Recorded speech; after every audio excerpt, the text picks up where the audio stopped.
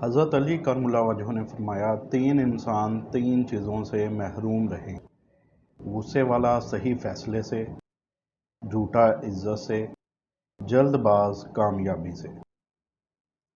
آپ نے فرمایا، کسی کا ظرف دیکھنا ہو تو اسے عزت دو، فطرت دیکھنی ہو تو اسے آزادی دو، نیت دیکھنی ہو تو اسے قرض دو، خصلت دیکھنی ہو تو اس کے ساتھ کھانا کھاؤ، صبر دیکھنا ہو تو اس پر تنقید کر کے دیکھ لو، خلوص دیکھنا ہو تو اس سے مشورہ کر لو۔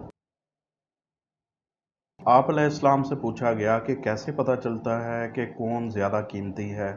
آپ نے فرمایا، جس انسان میں جتنا زیادہ احساس ہوگا وہ اتنا ہی قیمتی ہے۔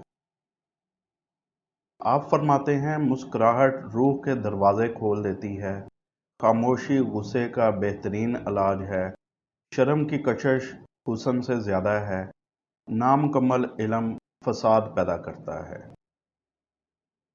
آپ فرماتے ہیں، جو شخص تمہارے خون میں سے نہ ہو مگر پھر بھی تم کو عزت دے اور پیار دے تو بے شک وہ تمہارے لیے بہترین رشتہ ہے۔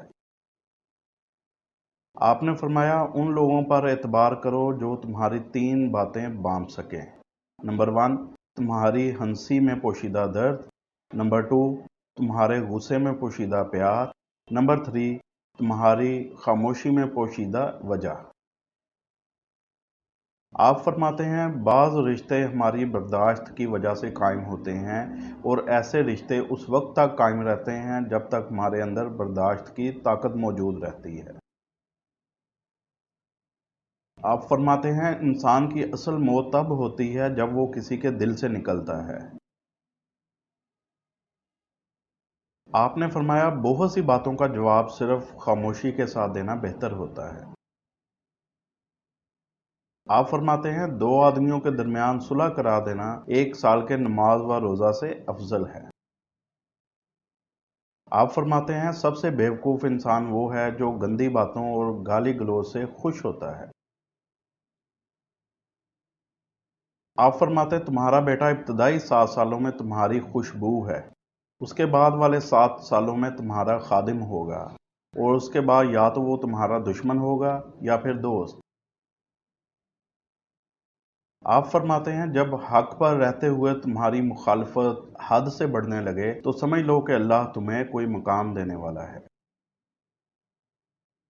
آپ فرماتے ہیں کہ جب تمہیں اللہ کا ذکر سننا اچھا لگنے لگے تو جان لو کہ تمہیں اللہ سے اور اللہ کو تم سے محبت ہو گئی ہے۔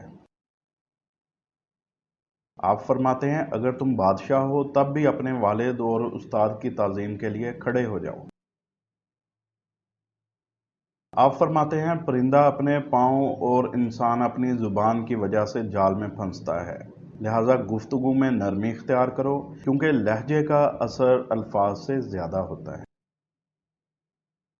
آپ فرماتے ہیں، کسی کا عیب تلاش کرنے والے کی مثال اس مکھی کی سی ہے جو سارا خوبصورت جسم چھوڑ کر زخم پر بیٹھتی ہے۔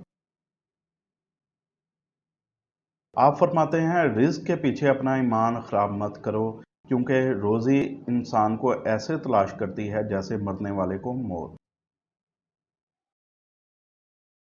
Subscribe us, like and share this video to get more.